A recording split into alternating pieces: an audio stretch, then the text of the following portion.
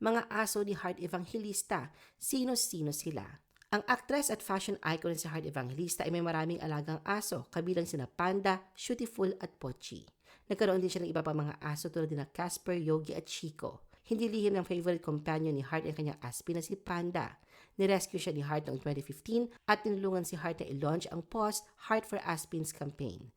Sa isang Instagram post kamakailan, nag-caption si Heart ng Queen P finally made time for me. Kalakip ang larawan ni Panda na nakaupo sa silya habang nasa tila isang fancy restaurant. Si Panda meron din sariling Instagram account kung saan makikita siyang nagsusuot ng mga designer items.